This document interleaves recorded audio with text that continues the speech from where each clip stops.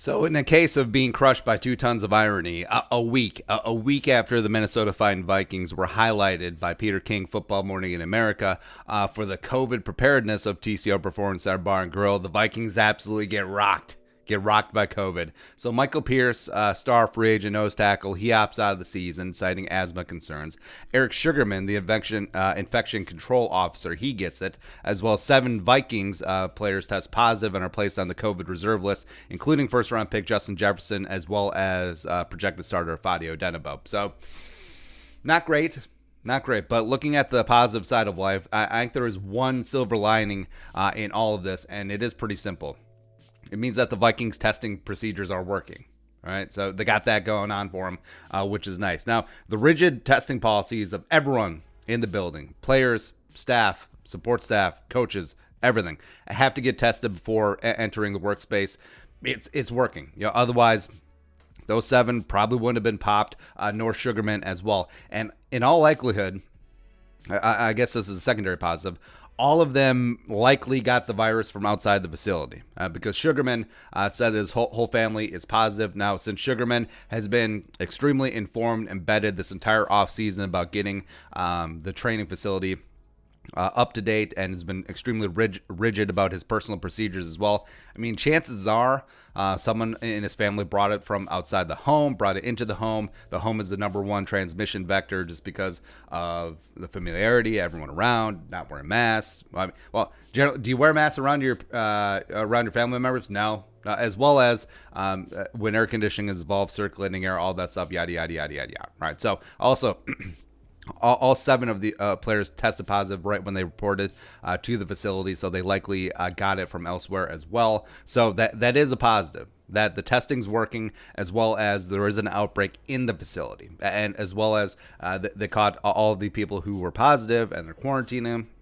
I'm going to have to pass several tests to get back to work, so there you go. Now, lots of people will point at this and be like, it's all gloom and doom, the sky is falling, blah, blah, blah, blah, blah, blah. But also, it again, does show that the testing is working, as well as, creating this quasi-bubble at TCO. I mean, this could work. Now, it's not as extreme as the NBA bubble, where everyone, like life and work, is inside the bubble. You can't leave, even to go to the strip club like that one dude. It's kind of funny. But 0 positive tests. So that is working for the NBA. Baseball, struggling a little bit more, especially you look at the Miami Marlins, who it's fitting that it's the Marlins, right? What a terrible franchise. But, I mean, they were more YOLO with their implementation of policies and procedures. So I think that the NFL is watching both of these cases, as well as throwing the NHL and MLS, as well as English Premier League. And then they're like, all right, so do this, don't do this.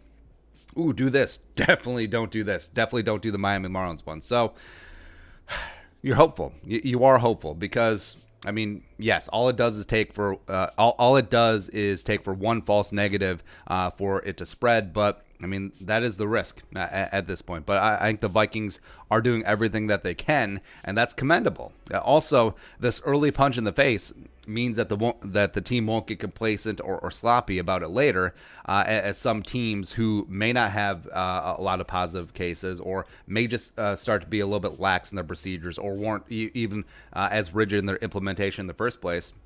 All of a sudden, they get something going. They're in Super Bowl contention. They get a hit later on in the season or the playoffs. All of a sudden, that completely tanks the season. So just looking at it from a actual football and competitive advantage standpoint, I mean, this initial hit for the Vikings might actually be good because they're already up here in terms of their preparedness, and now they'll be even more vigilant. Everyone coming into that facility knows that this is real, this is legit. Players, coaches, staff, everyone. Because, I mean, if there weren't any positive tests and everyone gets lackadaisical, some people go to a strip club and then just bring it on back to facility and blah, blah, blah, blah, blah, do all that stuff. And then all of a sudden you have a full-blown outbreak. But I think this initial rash of positive tests for the Vikings, including Sugarman, I think that will really wake everyone up and make sure that everyone is hyper vigilant about what they do as they go throughout the season, and that could make the difference this year.